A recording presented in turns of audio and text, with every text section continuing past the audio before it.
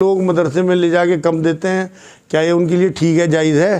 बिल्कुल जायज़ है भाई, क्योंकि कुरान में अल्लाह ने सूरे तौबा 60 नंबर आयत में जो 8 मदें बयान की, उसमें आमलीन की एक मद है। ये ज़कात इकट्ठी करने वाले कहलाते हैं आमलीन। तो वो उस टाइम हुकूमत की तरफ से तनख्वाह पाते थे, अब इन्होंने कमीशन तय कर दिए। जितना कमीशन तय हुआ है वो बिल्कुल इंसानियत के ख़िलाफ़ है कि 70-80% ये खा जाते हैं, 20% मदरसों को देते हैं। बात यह मदरसे की तरफ से उनकी तनख्वाह तय हो और पूरा का पूरा माल जो है वो मदरसे में जाना चाहिए, ये हक़ है। लेकिन वो उनका माल लेना जायज़ है अगर वो एक मिक़दार में, हल्की मिक़दार में लेते हैं। ये नाजायज़ लगता है मुझे कि 80% 70% रख लें और 10-20% उन गरीब बच्चों के नाम पे इकट्ठा करा हुआ वहाँ दे दें, बाकी खुद खा जाएँ।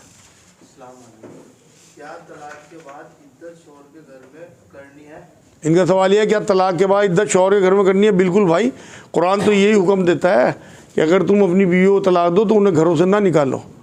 हो सकता है अल्लाह तुम में और उनमें कोई ऐसा समझौते का मामला पैदा कर दे, उसका मफहूम है आयत का। तो हमारे यहाँ तो पहली तलाक के बाद ही मायके वाले ले जाते हैं, रास्ता ही बंद करते हैं सारा। आप कुरान के हिसाब से चल के तो देखो, तलाक़ों में कमी आ जाएगी, गारंटी है। और अभी किसी साथी का आज मेरे पास फ़ोन आया था कि तलाक़ के ऊपर कुछ बात हो, अगले हफ्ते इंशाअल्लाह ताला हम दरस हदीस तलाक़ के ऊपर ही करेंगे और आपको बताऊंगा कुरान की क्या तालीमात हैं और हम क्या कर रहे हैं इस माशरे में तलाक़ से मुताल्लिक़। तो अगले हफ्ते आपके पास अगर सवाल होंगे तलाक़ से मुताल्लिक़ तो वो लेके आना। अगर नमाज के अंदर सजदा शुरू करना भूल जाए और सलाम फेर दिया तो उसके बाद उसने कोई बात ना की तो क्या नमाज? इनका सवाल ये, सजदा सहू करना भूल गए, सलाम फेर लिया और अभी बात नहीं की किसी से, तो बिल्कुल आप दोबारा से तैयार में बैठो, तैयार पढ़ के सजदा सहू करो, आपकी नमाज़ पूरी हो जाएगी इंशाअल्लाह। जैसे फजर की नमाज पढ़ने के लिए आए और वज़ू कर रहे और जमात खड़ी हो गई तो सुन्नतें पढ़ने ज़रूरी है। एक रकात निकल गई तो दूसरी रकात तैयार है तो सुन्नत पढ़ गई नमाज पढ़ी जाएगी या? इनका सवाल यह है कि अगर जमात खड़ी हो गई तो फजर की पहले सुन्नतें पढ़ें या जमात में शामिल हों, ये सवाल है। आप भाई, कुरान की आयत और नबी की हदीस दोनों ये कहती हैं कि आपको वज़ू करते ही सबसे पहले फ़र्ज़ों में शामिल होना है। अब मैं सुनाता हूँ आपको कुरान की आयत। कुरान ये कहता है कि जब कुरान पढ़ा जाए तो खामोश रहो और गौर से सुनो ताकि तुम पे रहमत हो। अगर जमात में इमाम साहब तिलावत कर रहे हैं और आप पीछे सुन्नतें पढ़ रहे हैं तो आप इस आयत की खिलाफ वर्जी कर रहे हैं, क्योंकि आप ना गौर से सुन रहे हैं, आप तो अपनी शुरू कर दी ना आपने बोलना, ना गौर है आपका वहाँ पे, रहमत ही नहीं होने की अल्लाह की। हुजूर ने फरमाया कि जब फ़र्ज़ नमाज की इकामत हो जाए उसके बाद कोई नमाज नहीं है, आप पढ़ते भी हो तो तोड़ दो, इस हदीस की रूह से। दोबारा सुनो, जब फ़र्ज़ नमाज की इकामत कही जा चुके उसके बाद कोई नमाज नहीं है। ये हमारे यहाँ पता नहीं कहाँ से निकाल रखा इन लोगों ने कि सुन्नत पढ़ो जी, पहले पूरी करो उन्हें। कुरान की आयत के भी ख़िलाफ़ है, हुजूर की हदीस के भी ख़िलाफ़ है। एक छूट मैं आपको देता हूँ, कभी ज़िंदगी में अगर कभी ऐसा हो जाए, अव्वल तो हुजूर तो घर से पढ़ के जाते हैं सुन्नत, सबसे सेफ साइड है कि आप घर वज़ू बनाओ, सुन्नत पढ़ के मस्जिद जाओ, जो नबी का तरीक़ा है। अगर कभी ऐसा भी हो कि आपको लगा बिल्कुल ही नमाज़ चली जाएगी और आप पहुँच गए तो फ़र्ज़ों के फ़ौरन बाद सुन्नत पढ़ दो। एक बार नबी अकरम सल्लल्लाहु अलैहि वसल्लम नमाज़ पढ़ा के उठे, पलटे कुछ सहाबा के साथ, तो एक सहाबी ने नीयत बांध रखी थी, हुजूर रुक गए, उनके सलाम फेरने का इंतज़ार किया। जब उन्होंने सलाम फेर लिया तो ये हुजूर ने पूछा क्या तूने दोबारा नमाज़ पढ़ी? कि हुजूर नहीं, मेरी सुन्नतें निकल गई थी, वो पढ़ी। ये सुन के हुजूर आगे बढ़ गए। लेकिन ये सिर्फ़ एक ही वाक़या है, इसे नज़ीर नहीं बनाना। अगर आप रोज़ रोज़ ये करोगे तो फिर ये सुन्नत के ख़िलाफ़ होगा। हुजूर ने कभी नहीं किया ये काम, एक सहाबी को करते देखा, खामोश रहे। तो ज़िंदगी में कभी एक आध बार आपसे हो जाए कोई हर्ज नहीं, लेकिन इसे मामूल नहीं बनाना। तस्वीर भेज देते हैं, क्या ये सही है? इनका सवाल यह है, रिश्ता करते हुए लड़की की तस्वीर भेजना क्या ये ठीक है? हाँ बिल्कुल ठीक है भाई, आज के दौर में, क्योंकि नबी ने फरमाया कि रिश्ते से पहले एक बार अच्छी तरह से देखभाल कर लो, तो ये उसी में आएगा इंशाअल्लाह। वो अगर उन्हें मना करना हो मना कर देंगे, इसमें कोई हर्ज नहीं है। इसके मुताबिक और बात थी कि अभी रिश्ता हुआ तो अभी चैटिंग चल रही है आजकल, जब कॉल चल रही है रात में, तो क्या ये भी सही है? इनका सवाल यह है कि रिश्ता होने के बाद चैटिंग कॉल वगैरह सब हराम है भाई, सब नाजायज़ है, ये दोनों नामहरम हैं। वो जो मैं आपको कह रहा हूँ कि बच्चे नहीं हो रहे, उसमें एक वजह ये भी है कि रिश्ता होते ही माँ बाप ये समझते हैं कि हमने इन्हें लाइसेंस दे दिया, खुली छूट देते हैं, लड़कियों से खुद कहते हैं कि बात कर। और आप जब सोचो तन्हाई में, आप अपने ऊपर रख के सोचो, कभी अपनी बीवी से बात करते हो, किस हद तक पहुँच जाते हो। तो इसी तरह ये बच्चे बच्चियाँ हैं जो आजकल नेट के ज़माने में ज़िंदा हैं, किस हद तक पहुँचते होंगे और इनके जिस्मों से क्या चीज़ें खारिज होती होंगी जो इनके कीटाणु ख़त्म कर रहे हैं औलाद होने के। ये बहुत बड़े अजाब की बात है। और बे औलादी जो है वो नबी को पसंद नहीं है। नबी ने कहा मैं अपनी उम्मत की कसरत पे फ़ख्र करूँगा, ऐसी औरतों की शादी करो जो ज़्यादा बच्चे देने वाली हूँ। हदीस बता रहा मैं आपको। क्या कुरान खाने में पूरा कुरान पढ़ना ज़रूरी है? इनका सवाल यह है क्या कुरान खानी में पूरा कुरान पढ़ना ज़रूरी है? नहीं भाई, कहीं नहीं कोई लिखा। कुरान जो है वो बरकत के लिए अगर आप पढ़ रहे तो आप ख़ुद पढ़ दो जितना आपको याद है। अगर आपके घर वाले 5-7 मिल के ही पढ़ रहे तो कोई हर्ज नहीं है। लेकिन ये करना ये तो बिदअत है मेरे नज़दीक बिल्कुल। जिस तरह से हमारे माशरे में कि बच्चों को बुला लेंगे या आलिमों को बुला लेंगे, सबको पारा पकड़ा देंगे और फिर इस तरह कुरान खानी हो रही है, उसके बाद फिर खाने चल रहे हैं और मौज आ रही। नबी ने नहीं किए काम, ना साहबा ने किए काम। पूरा कुरान पढ़ना भी इस तरह से वो ठीक नहीं है। जितना कुरान आपको याद हो, आपके जो जज्बात होंगे अपनी दुकान, अपने मकान या अपनी किसी तकरीब के लिए, किसी मौलवी साहब के नहीं हो सकते, गारंटी है। इसलिए ख़ुद पढ़ो, कुरान आपके लिए उतरा। नमाज सफ़र में चल रहे और नमाज जमात से पढ़ने की कोशिश कर रहा थी मगर पढ़ नहीं पाया, और कितने किलोमीटर पे जाने के बाद उसकी नमाज कसर हो गई। इनका सवाल यह है कि सफ़र में नमाज जमात से नहीं पढ़ पाया, कोई हरज नहीं भाई, सफ़र में जमात है ही नहीं आपके ऊपर, एक तो पढ़ोगे तो सवाब ज़्यादा है। कसर का जो मामला है, नबी ने अपनी बस्ती से निकल के भी कसर नमाज पढ़ी है। हम जिस माशरे में रह रहे हैं, जिस खित्ते में रह रहे हैं, यहाँ के उलमाए दीन आपको देते हैं 72 किलोमीटर का या 78 किलोमीटर का। तो आप इन्हीं के हिसाब से चलो, क्योंकि हमें इनका भी एहतराम करना, इनके पास भी हदीसें हैं उससे मुतालिक। लेकिन नबी अकरम सल्लल्लाहु अलैहि वसल्लम का मामूल ये था कि वो मदीने की बस्ती से निकले लगभग 3 मील के करीब, 9-10 किलोमीटर, और उन्होंने कसर करनी शुरू कर दी थी। लेकिन आप अब किसी से बहस ना करो, आपका दिल इस तरफ ठुकता हो तो ये कर लो, वरना अपने उलमाए दीन से फतवा लेके उसके हिसाब से। इनका सवाल है क्या शौहर के कहने पर आईब्रो बनवा सकते हैं? भाई अगर वो जालिम है और आपको मारपीट करेगा फिर तो इजाज़त है ऐसी औरत को, लेकिन उसमें आपकी इंटेंशन देखेगा अल्लाह पाक कि अगर आपके अपनी सजने धजने की नीयत हुई तो फिर वो आईब्रो आपको दोज़ख में ले जाएगी, और अगर आपकी जुल्म से बचने की और अपने मियाँ को खुश करने की नीयत हुई तो ये आपको जन्नत में ले जाएगी और आपके मियाँ को दोज़ख में ले जाएगी। क्या सास ससुर की खिदमत बहू पर फर्ज है? इनका सवाल ये है, और भी कुछ है जी, क्या फैमिली प्लानिंग जायज़ है? इनका सवाल यह है क्या सास ससुर की खिदमत बहू पे फ़र्ज़ है और फैमिली प्लानिंग जायज़ है?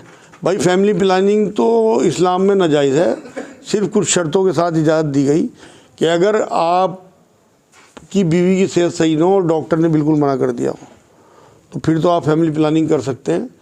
या आपको अपने बच्चों में इसलिए गैप रखना हो कि उसकी सेहत ख़राब होगी, दूध का मसला है और बीवी की सेहत का मसला, ये सारी चीज़ें वो हैं कि जिसमें एक इशारा मिलता है कि सहाबा इकराम जो है वो नबी अकरम सल्लल्लाहु अलैहि वसल्लम से इस बात की इजाज़त चाह ली थी और हुजूर ने कह दिया था ये बात।